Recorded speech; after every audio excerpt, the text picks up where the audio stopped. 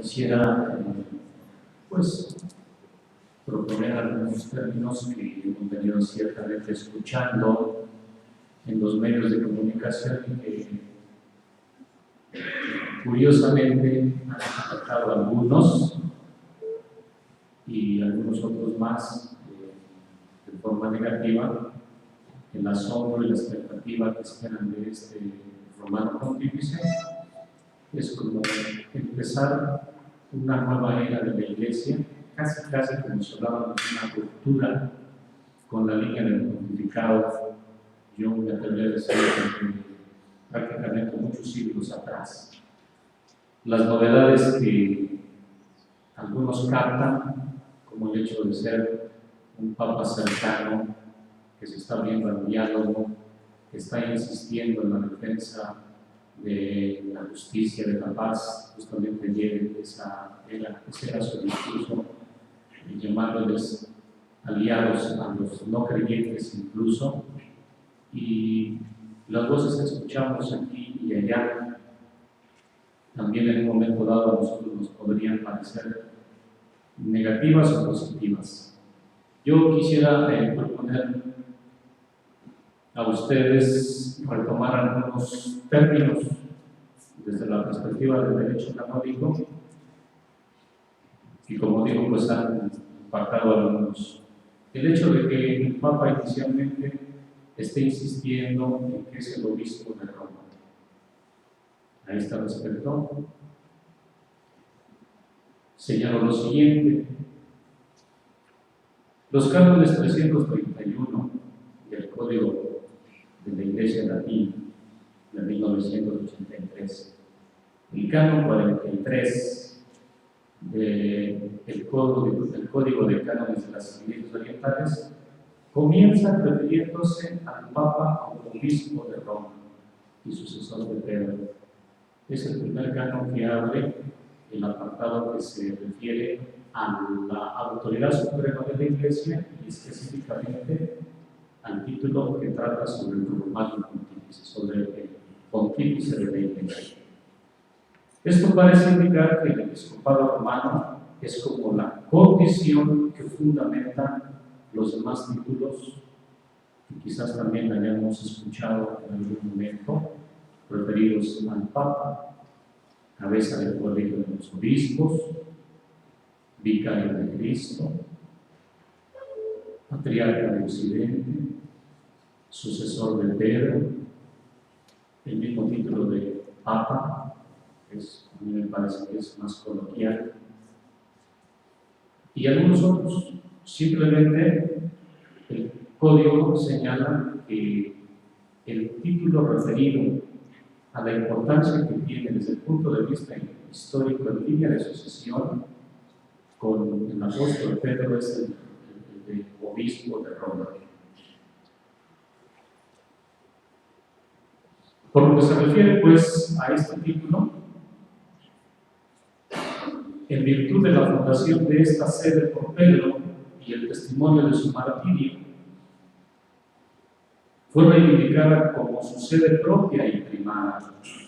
Esta reivindicación se dio además por el hecho de que Pedro, según la tradición, era la cabeza de los apóstoles,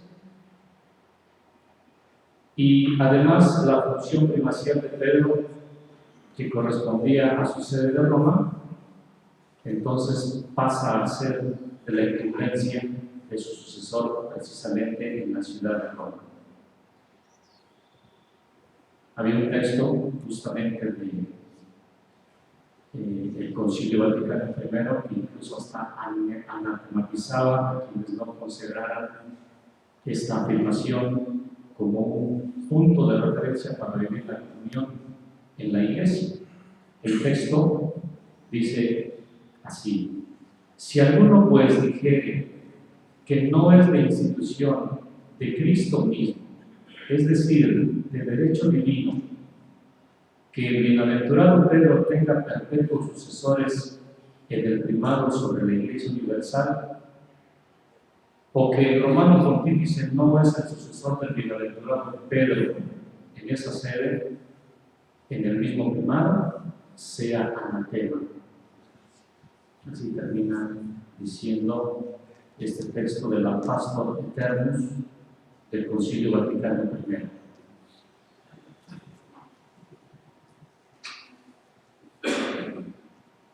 ¿Qué relación hay entonces entre la sede de Roma y el primado? Porque ciertamente nosotros somos testigos o sabemos que en el cónclave se elige al Papa, al que va a detectar el oficio petrino, el pontificar. El canon 331, por ejemplo, dice: si el elegido no fuera obispo, tendría que ser inmediatamente ordenado obispo para que después pudiera asumir el oficio primacial. Hay un vínculo estrechísimo entre la sede de Roma, el obispo de Roma, y precisamente el oficio del pontífice para toda la Iglesia. Y de ahí, efectivamente, deviene el ejercicio de su potestad. Una potestad que también se va señalando en el código como una potestad que es ordinaria, porque va aneja al oficio del obispo de Roma. Es suprema, porque no está subordinada a ninguna autoridad de la Iglesia ni del mundo. Es plena, porque tiene potestad de enseñar, gobernar, santificar en materias concernientes a la fe y a las costumbres, y su potestad es legislativa, judicial y administrativa. Es inmediata, en el sentido de que puede ejercer su potestad sobre las personas y las instituciones eclesiásticas sin ningún intermediario. Es universal, porque se extiende sobre toda la Iglesia, las diócesis, las eparquías, las provincias, las agrupaciones, así como sobre todos los demás pastores y fieles de la Iglesia latina y de las iglesias sui juris, las iglesias católicas orientales. Es libre o personal, en el sentido de que el Romano Pontífice compete el derecho de determinar el modo personal o colegial de ejercer su oficio, y porque puede siempre ejercerla libremente, incluso independientemente de cualquier autoridad civil.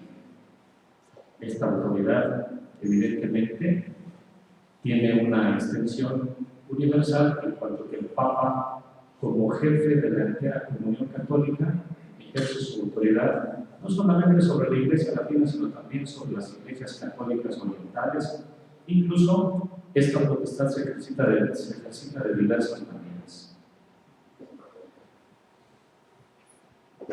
Una cuestión que aparece entonces vinculada entre el oficio del obispo de Roma y el oficio de este en relación a la Iglesia Universal, en lo que llamamos nosotros el primado, también tiene mucho que ver justamente con los modos y las formas que desde el punto de vista histórico pues, también tendrán una lectura positiva o negativa en relación a los asuntos. Y me refiero concretamente a lo que también están señalando los medios de comunicación social, de que inmediatamente esperan una descentralización, una manera distinta del ejercicio de su potestad. Y muy concretamente, muchos esperan que radicalmente reformen la curia romana, a la que siempre han tenido a través de la historia, ¿no?, como un conjunto de organismos que más que ayudar al Papa les estorban al Papa. Esto tiene algo de verdad, pero si nos referimos justamente a esta cuestión de la curia romana, pues tendríamos que empezar por decir que sería difícil comprender una reforma actual de la curia romana sin conocer al menos del modo sumario el desarrollo histórico de la evolución de la misma. Durante muchos siglos, los asuntos de la Iglesia pues, eran tratados en consistorios, ejecutados por una cancillería, pero la complejidad de los asuntos, ahora mismo estamos también en otros asuntos que parecen muy complejos, y también las voces se escuchan allí como para que el Papa tome cartas en el asunto. Los problemas ya los conocemos, ¿no? La pederastia, la relación de las mujeres, el respeto a la vida, o en este caso la libertad de las personas para decidir sobre su cuerpo, etc. Ese tipo de temas que son ya trillados y recurrentes están otra vez sonando y apareciendo en el escenario del inicio del pontificado del Papa Francisco.